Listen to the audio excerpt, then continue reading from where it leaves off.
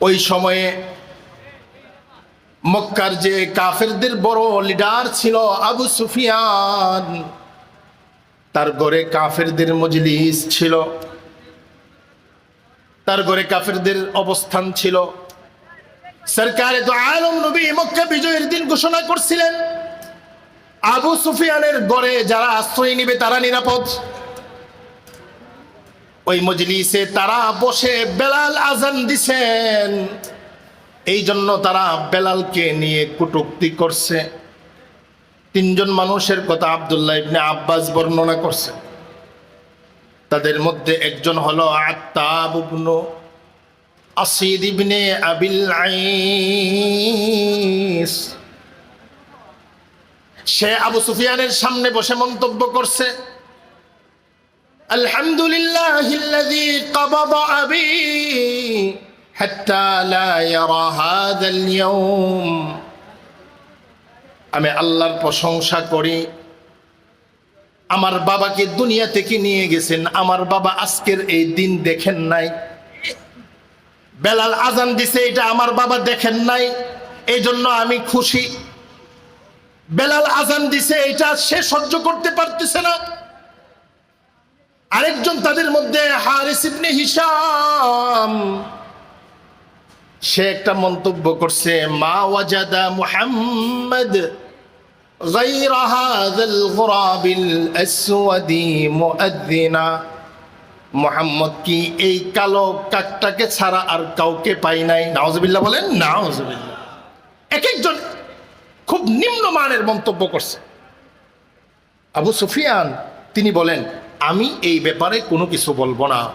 আমার আশঙ্কা হচ্ছে আমি যদি কোনো কিছু বলি তাহলে মুহাম্মদের রব মুহাম্মদকে জানিয়ে দিবেন। সুবহানাল্লাহ।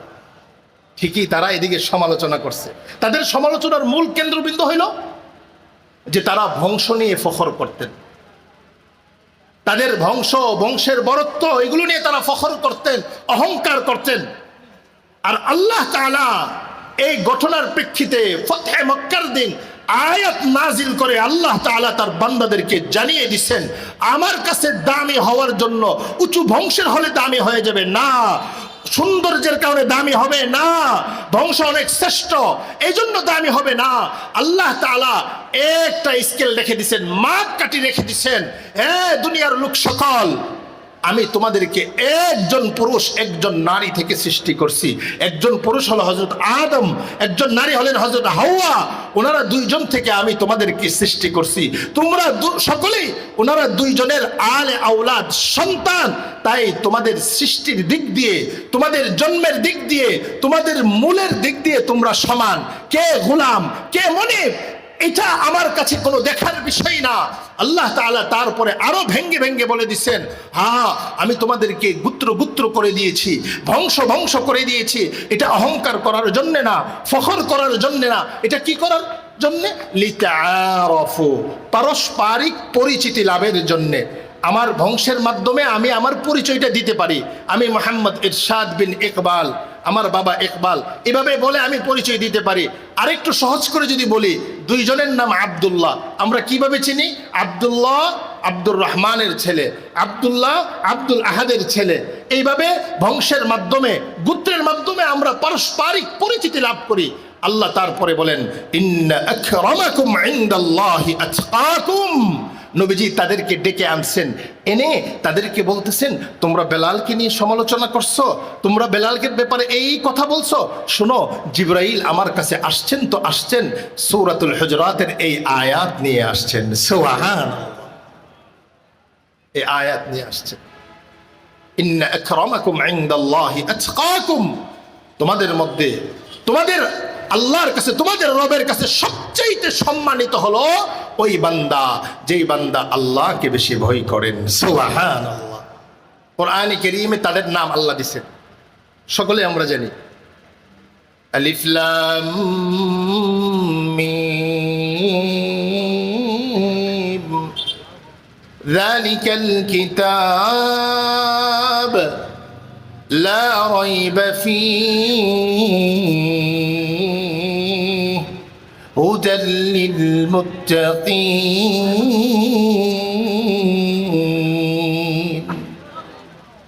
মুত্তাকিন, কোরআনে কারীম এটা মুত্তাকিদেরকে পথ দেখায়, অর্থাৎ যারা আল্লাহকে ভয় করেন তাদের নাম হলো মুত্তাকি। বলেন তাদের নাম কি ভাই? মুত্তাকি। তাহলে সহজেই আমরা বুঝতে পারলাম আল্লাহর কাছে দামি বান্দা হলো তারা যারা মুত্তাকি। বলেন যারা কি? মুত্তাকি, অর্থাৎ যারা আল্লাহকে ভয় করেন। তো আল্লাহ তাআলা, এবার আমি আপনাদেরকে সূরাতুল হুজরাতের মাধ্যমে বুঝাইলাম যে আল্লাহর কাছে দামি বান্দা হলো যারা আল্লাহকে বেশি ভয় করেন। এবার প্রথম আয়াতে আসেন, সূরাতুজ জুমারে আল্লাহ কি বলেন? ওয়াসিকাল্লাযীনা ইত্তাকাউ রাব্বাহুম ইলাল জান্নাতি যুমারা,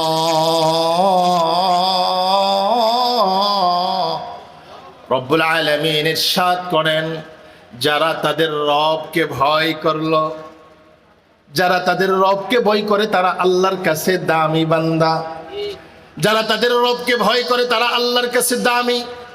যেন আল্লাহ এটাই বলতেছেন, যারা তাদের রবকে ভয় করলো এই দামি বান্দাদেরকে আল্লাহ জান্নাতে দলে দলে পাঠাবেন। সুবহানাল্লাহ।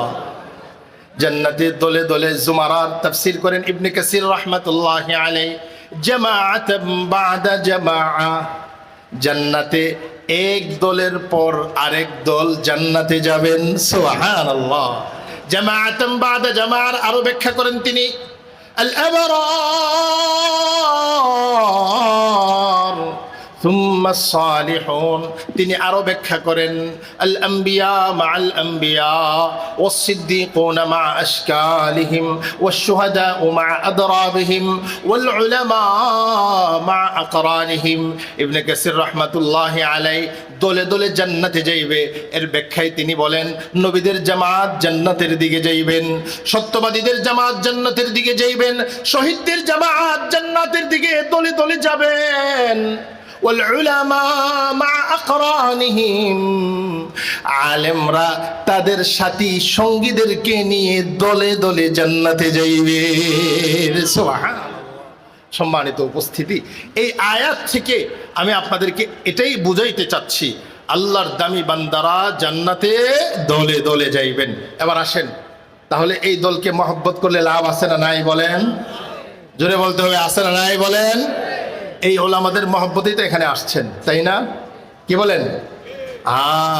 প্রশ্ন হইতে পারে যে ওলামাদের প্রতি, এদেশের মাদ্রাসার প্রতি, ছাত্রদের প্রতি, এদেশের সাধারণ মানুষের এত মহব্বত, এত ভালোবাসা। ভালোবাসা মাদ্রাসার ছাত্রদের প্রতি আল্লাহ সৃষ্টি করে দেন। সুবহানাল্লাহ বলেন, সুবহানাল্লাহ। আলেমদের প্রতি ভালোবাসা আল্লাহ সৃষ্টি করে দেন, নেককারদের প্রতি ভালোবাসা আল্লাহ সৃষ্টি করে দেন। কারণ মাদ্রাসার মধ্যে বিশুদ্ধ ঈমানের তালিম দেওয়া হয়, মাদ্রাসার মধ্যে বিশুদ্ধ আমলের তালিম দেওয়া হয়, মাদ্রাসার মধ্যে ছাত্রদেরকে সুন্নাহ শিক্ষা দেওয়া হয়। পুরা 24 ঘন্টা সময় ছেলেদের পিছনে আসাতেজায়ে কেরাম নিগরানি করেন। দুনিয়ার কোনো প্রতিষ্ঠানে 24 ঘন্টা শিক্ষকরা ছাত্রদের পিছনে মেহনত করেন না, হয়তো 6 ঘন্টা 7 ঘন্টা 8 ঘন্টা মেহনত করেন, তারপরে হয়তো প্রাইভেট বা বিভিন্ন ভাবে মেহনত করেন। একমাত্র একনিষ্ঠভাবে ইখলাসের সাথে 24 ঘন্টা মাদ্রাসার ছাত্রদের পিছনে যারা মহব্বত করেন, ছাত্রদের পিছনে যারা সময় দেন, ছাত্রদেরকে যারা দেখভাল করেন, এই দৃষ্টান্ত যদি আপনি চান তাহলে এই সমস্ত মাদ্রাসায় আসতে হবে। কথা বলেন ঠিক কিনা? অথচ এই সমস্ত মাদারেসে কওমিয়াত আসাতেজায়ে কেরামদের বেতন অন্যান্য প্রতিষ্ঠানের তুলনায় কম, কিন্তু তাদের এক ফিকির যে আমার ছাত্র, তাকে আল্লাহওয়ালা বানাইতে হবে, তাকে নেককার বানাইতে হবে, তাকে সুন্নতওয়ালা বানাইতে হবে, তাকে উম্মতের দরদি বানাইতে হবে। সে উম্মতের কাছে কাছে যাইবে, মানুষকে সে দ্বীনের পথে ডাকবে, জান্নাতের পথে ডাকবে। এখানে ঈমান এবং আমলের চর্চা হয়, বিশুদ্ধ ঈমানের তালিম দেওয়া হয়, বিশুদ্ধ আমলের তালিম দেওয়া হয়। দুনিয়ার কোন প্রতিষ্ঠান চ্যালেঞ্জ করব, উলামায়ে দেওবন্দ তারা তাদের সন্তানদেরকে বিশুদ্ধ ঈমানের তালিম দেওয়ার চেষ্টা করে, বিশুদ্ধ আমলের তালিম দেওয়ার চেষ্টা করে। এই জন্য আল্লাহ তাআলা এই সিলসিলাকে এত কবুল করছেন। ভারতের দারুল উলুম দেওবন্দ, সেখানে মাদারেসে কওমিয়া প্রথম থেকে শুরু হয়েছে। আল্লাহ তাআলা এত কবুল করছেন, সারা দুনিয়ার আনাচে কানাচে দেওবন্দি মাদ্রাসা আল্লাহ প্রতিষ্ঠা করে দিয়েছেন। সুবহানাল্লাহ। আমি একজনের কারগুজারি আপনাদেরকে শোনাবো। আরবের একজন বড় শায়েখ, শায়েখ আওয়ামা হাফিজাহুল্লাহ বারাকাল্লাহু ফি হায়াতি, ওনার একটা মন্তব্য মালিবাগ মাদ্রাসার শাইখুল হাদিস আবু সাবের হাফিজাহুল্লাহ তিনি বলেছেন এক বয়ানে, আমি শুনেছি, উনি বলেন মদিনা ভার্সিটি তার আপন জায়গাতে অনেক বড়, মিশরের জামিয়াতুল আজহার আপন জায়গাতে দুনিয়াব্যাপী অনেক বড় প্রতিষ্ঠান, কিন্তু মদিনা ভার্সিটির নমুনায় সারা দুনিয়ার কোনো জায়গাতে গিয়ে তুমি মদিনা ভার্সিটির নমুনায় কোনো প্রতিষ্ঠান পাইবা না। জামিয়াতুল আজহার আপন জায়গাতে অনেক বড়, কিন্তু জামিয়াতুল আজহারের নমুনায় সারা পৃথিবীতে গিয়ে তুমি কোনো জায়গাতে হুবহু ওই নমুনার কোনো প্রতিষ্ঠান পাইবা না। উনি আরবের শেখ, তিনি এটা মন্তব্য করছেন। কিন্তু দেওবন্দীদের খেদমতকে আল্লাহ তাআলা এত কবুল করছেন, তাদের ইখলাসের কারণে এত কবুল করছেন, তাদের সন্তানরা যেখানেই গিয়েছেন তারা যাওয়ার পরে তারা মাদারেসে কওমিয়া দেওবন্দি মাদ্রাসার মতো মাদ্রাসা প্রতিষ্ঠা করছেন। সুবহানাল্লাহ। আপনারা সিলেটের মানুষ যারা লন্ডনে থাকেন, আপনাদের সামনে এটা দৃষ্টান্ত, লন্ডনে কওমি মাদ্রাসা আছে না নাই বলেন? আছে। এটা ইখলাস, এটা একনিষ্ঠতা। আমি আমার উস্তাদ আল্লামা সৈয়দ আরশাদ মাদানী বারাকাল্লাহু ফি হায়াতিহির জবান থেকে শুনছি, হুজুর বলতেছিলেন, হুজুর আফ্রিকাতে সফর করতেছিলেন, মরুভূমি আর জঙ্গলের মাঝে সফর করতেছিলেন। হঠাৎ এক জায়গায় গিয়েছেন, গিয়ে দেখে একজন মানুষ দেখতে খুব কালো, কুশ্রী বিশ্রী, উনি বাচ্চাদেরকে কোরআনে কারীমের তালিম দিতেছেন। সুবহানাল্লাহ বলেন, সুবহানাল্লাহ। হুজুর বলেন আমি তাকে সনদ জিজ্ঞেস করলাম, তার সনদ ধারাবাহিকতা, তার উস্তাদ এরপরে দেওবন্দের ছাত্রের নাম এসে গেছে। সুবহানাল্লাহ। এই জন্য মাদারেসে কওমিয়ার প্রতি মহব্বত আর ভালোবাসা, অনেকে এটা নিয়ে সেরা অনেক রকম চিন্তা করে যে মাদ্রাসার প্রতি মানুষের এত মহব্বত। এই যে হুজুর বললেন 2 কোটি টাকার ভবন আপনাদের সামনে, ঠিকই হয়ে যাবে না? ইনশাআল্লাহ হয়ে যাবে। সারা বাংলাদেশে হাজারো মাদ্রাসা আছে, সরকারি টাকা অনুদান গ্রহণ করে না, আপনাদের সাধারণ মানুষের টাকা মাধ্যমে মাদ্রাসার বড় বড় ভবন হয়ে যাচ্ছে। এই মহব্বত ভালোবাসা উম্মতের নেককারদের প্রতি, উম্মতের মানুষের, এটা অনেকে পছন্দ করে না। আর এই মাদ্রাসাকে মানুষ এত ভালোবাসে কেন? মাদ্রাসার প্রতি মানুষের এত দুর্বলতা কেন? এজন্য এই দেশে এই চেষ্টাও করা হয়েছে যেন মাদ্রাসার প্রতি মানুষ মহব্বত না রাখে। অনেক চক্রান্ত করা হয়েছে, মাদ্রাসাকে জঙ্গিবাদের কেন্দ্র পর্যন্ত বলা হয়েছে। মাদ্রাসাতে জঙ্গি সৃষ্টি হয় না, মাদ্রাসাতে মুজাহিদ সৃষ্টি হয়। ইসলামের জন্য, দ্বীনের জন্য, মুহাম্মদুর রাসূলুল্লাহর ইজ্জতের জন্য, শরিয়ার ব্যাপারে মাদ্রাসার সন্তানরা আপোষ করে না।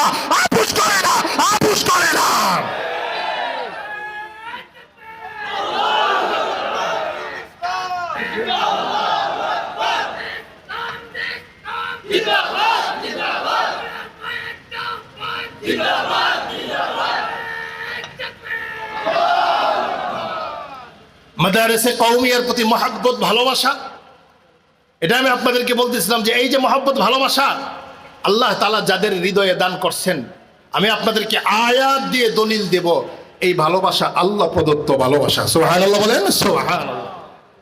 সূরা মারইয়াম আয়াত গালিবান 96 আল্লাহ ইরশাদ করেন, ইন্নাল্লাযীনা আমানু ওয়া আমিলুস সালিহাত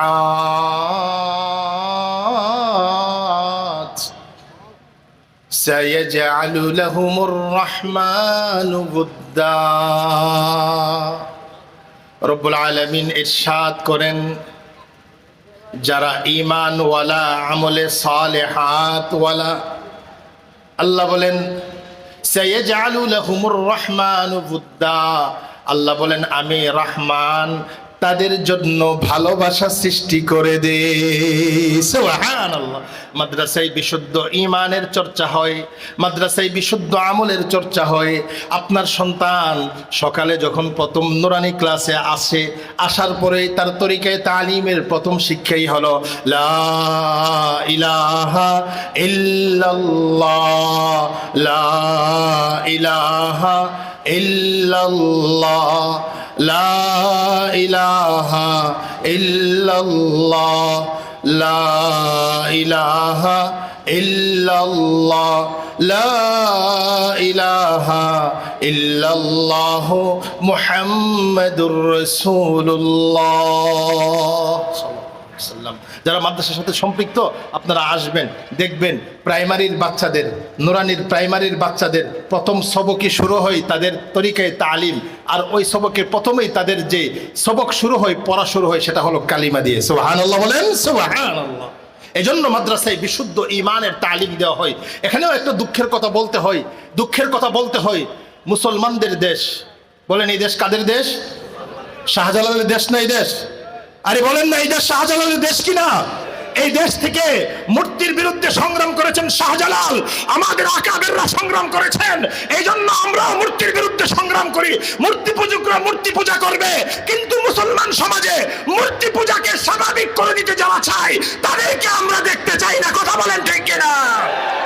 সম্মানিত উপস্থিতি, এই দেশ মুসলমানদের দেশ, কিন্তু কষ্টের সাথে বলতে হয়, দুঃখের সাথে বলতে হয়, মুসলমানদের বাচ্চারা, মুসলমানদের কচিকাচা বাচ্চারা হয়তো 10%, 15% বাচ্চা মাদ্রাসায় পড়ে, আর বাকি 85%, 90% বাচ্চা তারা স্কুলে পড়ে। কথা বলেন ঠিক কিনা? কিন্তু আমি আপনাদেরকে প্রশ্ন করব, আমাদের সন্তানরা স্কুলে পড়ে বাংলা রিডিং পড়তে পারে কি পারে না? জোরে বলেন, পারে কি পারে না? আমার সাথে বলতে হবে, বাংলা রিডিং পড়তে পারে কি পারে না? বলেন পারে। তারা ইংরেজি পড়তে পারে কি পারে না? বলেন পারে। তারা গণিত, এই হিসাব, এগুলো পারে কি পারে না? বলেন পারে। কিন্তু আমাদের সন্তানরা স্কুলে পড়ে, যখন তারা প্রথম শ্রেণী দ্বিতীয় শ্রেণী পড়ে, তাদেরকে যদি আমরা জিজ্ঞেস করি কোরআন পড়তে পারোনি, তখন তারা কি বলে? পারে। জোরে বলেন, পারে না। তাহলে কি? আচ্ছা, মুসলমানদের সন্তান মুসলমানদের দেশে মুসলমানদের প্রাথমিক বিদ্যালয়তে পড়তেছে, সে বাংলা পড়তে পারতেছে, ইংরেজি পড়তে পারতেছে, কোরআন পড়তে পারতেছে না, এটা এই জাতির জন্য লজ্জাজনক। কথা বলেন ঠিক কিনা?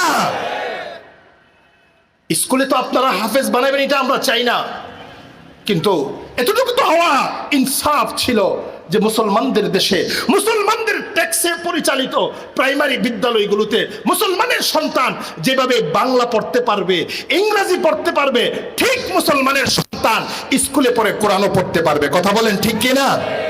কিন্তু এই অধিকার থেকে মুসলমানদের বাচ্চাদেরকে বঞ্চিত করা হয়েছে। কথা বলেন ঠিক কিনা?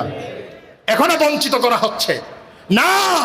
আমাদের দাবি থাকবে, মাদ্রাসায় আসবে ছেলেরা, হাফেজ হবে, আলেম হবে, উম্মতের দিলের ডাক্তার হবে, কিন্তু স্কুলে পড়বে আমার সন্তান যেভাবে সে বাংলা শিখতে পারে, ইংরেজি শিখতে পারে, মুসলমানদের সন্তান স্কুলে পড়ে কোরআন কারীমের রিডিং তেলাওয়াত করতে হবে। কথা বলে ঠিক কিনা? যদি আমাদের আকাবেররা শিক্ষা সিলেবাসের ব্যাপারে কোনো আন্দোলনের ডাক দেয় যে ধর্মীয় শিক্ষা বাধ্যতামূলক করতে হবে, আমাদের বাচ্চারা স্কুলে পড়বে, কোরআন কারীমের তেলাওয়াত তাদেরকে বাধ্যতামূলক শিক্ষা দিতে হবে, আমাদের সন্তানদেরকে যতটুকু না জানলে সে ইসলামের উপরে চলতে পারবে না, ফরজে আইন পরিমাণ শিক্ষা তাকে বাধ্যতামূলক স্কুলে দিতে হবে।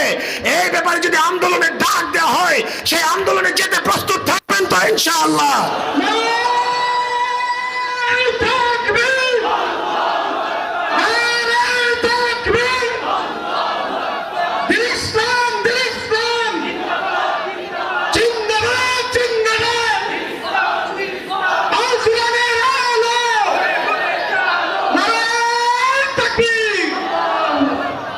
তাহলে এতদিন আমাদের সন্তানদের উপরে জুলুম করা হয়েছে, এখনো জুলুম করা হচ্ছে।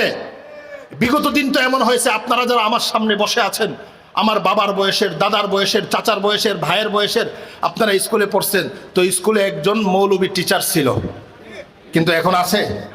নাই। এই দেশকে হিন্দুত্ববাদের দেশ পরিণত করার চক্রান্ত করা হয়েছে, এই দেশের মুড়ে মুড়ে মূর্তি বানানোর চক্রান্ত করা হয়েছে। রব্বে কাবার কথা করে বলি, এটা শাহজালালের ভূমি, এটা হবিগঞ্জের ভূমি, এটা শেখ বরনবীর ভূমি, এটা মুফতি ফজলুল হক আমিনের ভূমি, আল্লামা আহমদ শফি নব্বরুল্লাহু মারকাদার ভূমি, 1360 আউলিয়ার ভূমি। এই ভূমিকে তোমরা মূর্তির দেশ বানাইবা, এই দেশের সন্তানদেরকে তোমরা নাস্তিক বানাইবা। রব্বে কাবার কসম করে বলি, যারা এই দেশে ইসলামের বিরুদ্ধে অবস্থান নেবে, এই দেশের তৌহিদি জনতা তাদেরকে চাই না, চাই না, চাই না। আগামী দিনেও যারা ক্ষমতায় যাওয়ার স্বপ্ন দেখতেছেন, এটা আমাদের সামনে প্রতিজ্ঞা করতে হবে, প্রাইমারিতে বাধ্যতামূলক ইসলাম শিক্ষা রাখতে হবে। কথা বলেন ঠিক কিনা? প্রাইমারিতে বাধ্যতামূলক কোরআন শিক্ষা রাখতে হবে। প্রাইমারিতে আমাদের সন্তানরা পড়বে, তারা আমাদের সন্তানরা জেনারেল শিক্ষিত হবে, ডাক্তার হবে, ইঞ্জিনিয়ার হবে, দেশের বিভিন্ন সেক্টরে তারা কাজ করবে, কিন্তু তারা কোরআনে কারীমের তেলাওয়াত করতে পারবে, তারা তাদের বাবার জানাজাতে দোয়া পড়তে পারবে। দুঃখের ব্যাপার হলো, কষ্টের ব্যাপার হলো, মুসলমানের সন্তান দুনিয়ার সব শিখছে কিন্তু বাবার জানাজাতে দাঁড়ায়ও দোয়াটা পড়তে পারে না। আছে না নাই বলেন? আছে। এর চাইতে দুঃখ আর হতে পারে না। এই জন্য এটা আজকের এই সম্মেলন থেকে দাবি থাকবে, আগামীর প্রাইমারি সিলেবাসে কোরআন বাধ্যতামূলক করতে হবে, ইসলাম শিক্ষা বাধ্যতামূলক করতে হবে, মাদারিসে কওমিয়ার সুযোগ্য আলেমদেরকে প্রাথমিক বিদ্যালয়ে শিক্ষক নিয়োগ দিতে হবে। কথা বলেন ঠিক কিনা? তাহলে শুধু ফায়দা শুধু ইসলাম ওয়ালাদের না, যার হৃদয়ে কোরআনের শিক্ষা থাকবে, মুহাম্মদুর রাসূলুল্লাহর আদর্শের শিক্ষা থাকবে, এই সন্তানের কাছে বাবা নিরাপদ। আর যার হৃদয়ে কোরআনের শিক্ষা নেই, মুহাম্মদুর রাসূলুল্লাহর আদর্শের সাথে তার সম্পর্ক নাই, এই সন্তানের কাছে তার মা বাবা অনিরাপদ। কথা বলেন ঠিক কিনা? এই জন্য আমাদেরকে সতর্ক হতে হবে, সতর্ক হতে হবে। হ্যাঁ, আমি এটাই বলতেছিলাম, এই সমস্ত মাদারিসে কওমিয়াতে বিশুদ্ধ ঈমান, বলেন বিশুদ্ধ ঈমান, আমার সাথে বলেন বিশুদ্ধ ঈমান, বিশুদ্ধ আমল মাদারিসে কওমিয়াতে শিক্ষা দেয়। মাদারিসে কওমিয়ার সন্তানরা যারা, তারা ক্ষমতার মুখে পড়ে এই কথা বলে না যে আমরা শরিয়া চাই না, আমরা এটা চাই না, ওইটা চাই না, আমরা সকলে আল্লাহর বিধান চাই, শরিয়া চাই, জীবন চলে যাবে আমরা বলবো আমরা এই দেশে কোরআনের শাসন চাই। কথা বলেন ঠিক কিনা? এ ব্যাপারে কি কোনো ঘুরায় ফিরে বক্তব্য দেওয়ার সুযোগ আছে? আমরা ভারতের আদর্শ চাই না, রাশিয়ার আদর্শ চাই না, আমেরিকার আদর্শ চাই না। শরিয়ার কথা বললে ভারত নাখুশ হয়ে যাবে, আমেরিকা নাখুশ হয়ে যাবে, বাপ দাদারা নাখুশ হয়ে যাবে। এই মিয়া, তুমি মনে করতেছো যে তাদেরকে খুশি করে তুমি ইসলাম প্রতিষ্ঠা করবা? রব্বে কাবার কসম করে বলি, আল্লাহ তার হাবিবকে বলছেন, ওয়ালান তারদা আনকাল ইয়াহুদু ওয়ালান নাসারা হাত্তা তাত্তাবিআ মিল্লাতাহুম। ওগো হাবিব, ইহুদ নাসারারা কিছুতেই আপনার প্রতি সন্তুষ্ট হবে না যতক্ষণ না পর্যন্ত আপনি তাদের অনুসরণ করবেন। মুহাম্মদুর রাসূলুল্লাহর ব্যাপারে আল্লাহ এই আয়াত নাজিল করছেন, আর তোমরা ভারত রাশিয়া খুশি রেখে কোরআন প্রতিষ্ঠা করবা, এটা কোনোভাবেই সম্ভব না। কথা বলেন ঠিক কিনা? ইসলাম প্রতিষ্ঠা করতে হলে আল্লাহর সাহায্য নিয়ে করতে হবে। ইসলাম প্রতিষ্ঠা করতে হলে সাহাবায়ে কেরামের আদর্শ সামনে নিয়ে করতে হবে। সাহাবায়ে কেরাম দুনিয়ার কোনো বাতিলের সাথে আপোষ করে নাই। আমরা এটা বিশ্বাস করি। উলামায়ে দেওবন্দের সন্তানরা আফগানিস্তানের ইমারতে ইসলামিয়া দেখেন, সারা দুনিয়াকে বিদ্যাঙ্গুলি দেখায়া তারা কোরআন কারীমের শাসন প্রতিষ্ঠা করছে। সারা দুনিয়াকে বিদ্যাঙ্গুলি দেখায়া বলতে পারেন হুজুর এত ক্ষমতা কোত্থেকে পাইছে? তারা দুনিয়ার কোন ক্ষমতাকে তারা গণে না, তারা একমাত্র আল্লাহর সাহায্য নিয়ে কাজ করে।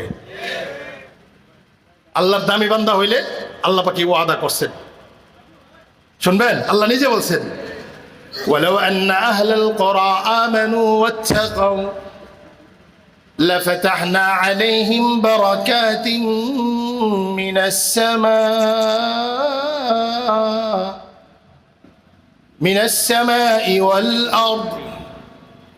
রব্বুল আলামিন ইরশাদ করেন, যদি গ্রামের অধিবাসীরা, এলাকার মানুষগণ ঈমানওয়ালা হয়ে যায়, তাকওয়াওয়ালা হয়ে যায়, যার হৃদয়ে তাকওয়া আছে সে আল্লাহর কাছে দামি, যার হৃদয়ে আল্লাহর ভয় আছে সে আল্লাহর কাছে দামি, যার হৃদয়ে আল্লাহর ভয় আছে সে কোনোদিন দেশের টাকা চুরি করবে না, যার হৃদয়ে আল্লাহর ভয় আছে দেশের টাকা চুরি করে বেগম পাড়ায় বাড়ি করবে না, যার হৃদয়ে আল্লাহর ভয় আছে সে এতিমদের হক নষ্ট করবে না, যার হৃদয়ে আল্লাহর ভয় আছে সে জনগণের প্রতি যথাযথ দায়িত্ব পালন করবে।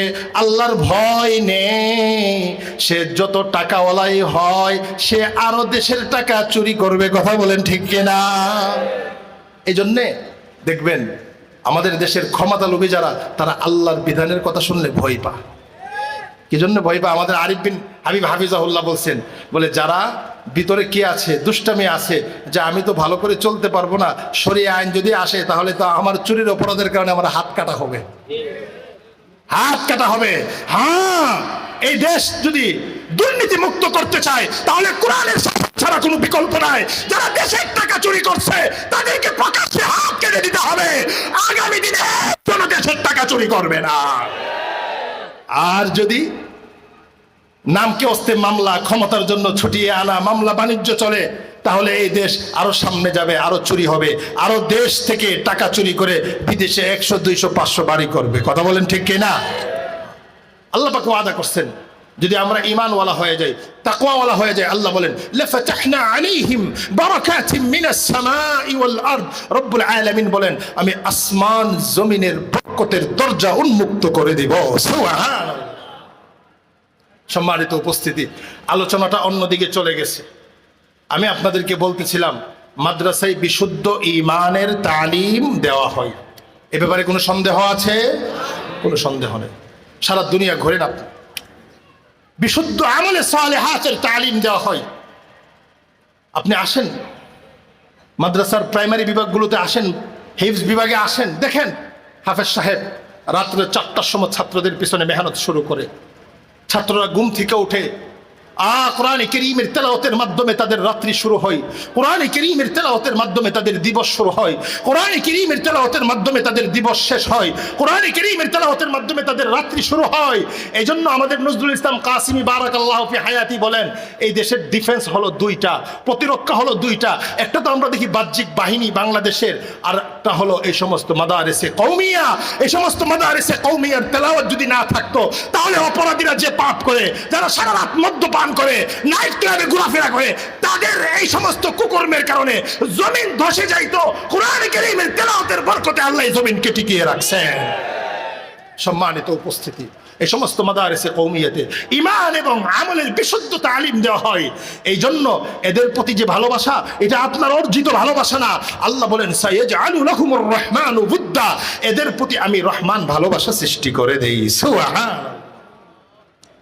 এবার আমার আলোচনার শেষ দিকে, 9টা পর্যন্ত আমার সময়, আমি আপনাদেরকে আমার আলোচনার শেষ অংশ, যারা আল্লাহকে ভয় করে তারা আল্লাহর কাছে দামি বান্দা। মনে আছে তো আপনাদের কথা? হ্যাঁ। দ্বিতীয় নাম্বার, দামি বান্দাদেরকে আল্লাহ জান্নাতে দলে দলে পাঠাবেন। অনেক দলকে তো মহব্বত করতেছি, অনেক দলকে মহব্বত করতেছি। লিডারের মহব্বত, নেতার মহব্বতের কারণে আমি যেন জাহান্নামে না যাই। আপনার লিডারকে ততক্ষণ নেতা মানবেন যতক্ষণ লিডার ইসলামের পক্ষে আছে, দ্বীনের পক্ষে আছে, মুসলমানদের চিন্তা চেতনার পক্ষে আছে। আপনার লিডার যদি মুসলমানদের চিন্তা চেতনা, মুসলমানদের আকীদা বিশ্বাসের বিরুদ্ধে চলে যায়, মুসলমানদের ঈমান আমল নিয়ে যদি তার কোনো দুর্বলতা থাকে, কোনো প্রশ্ন থাকে, এই লিডারকে লাথি মেরে দিতে হবে, করে দিতে হবে। এই দেশে আমরা লিডার মানবো যারা কোরআনের প্রতি তাদের ভালোবাসা আছে। আমরা তাদেরকেই চাই যারা কোরআনকে সম্মান করে, মুহাম্মদুর রাসূলুল্লাহ আদর্শকে সম্মান করে, মুহাম্মদুর রাসূলুল্লাহ আদর্শের ব্যাপারে, সাহাবায়ে কেরামের আদর্শের ব্যাপারে যাদের প্রশ্ন আছে তাদেরকে আমরা ক্ষমতায় দেখতে চাই না। কথা বলেন ঠিক কিনা?